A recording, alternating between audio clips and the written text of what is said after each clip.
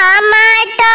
से पूछिले ए मालिनी बिटिया कैसे रे कैसे ना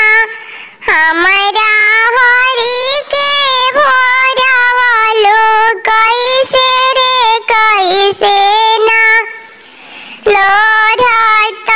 रहनी ह गेंदावा के फूलवा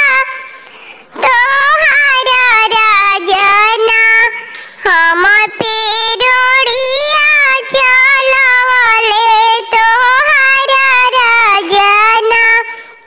हम पेरोड़िया चलवले तोहार राजना हम हो जे हसनी हो राजा तोरे भी हसले ओइसे रे ओइसे ना तोहरे राजा से लोभइनी ओइसे रे ओइसे ना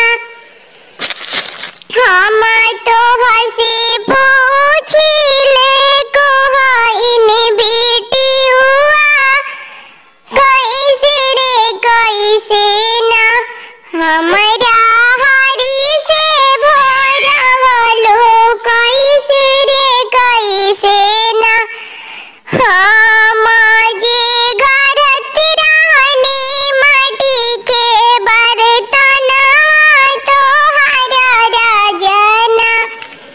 हम पेरोड़ी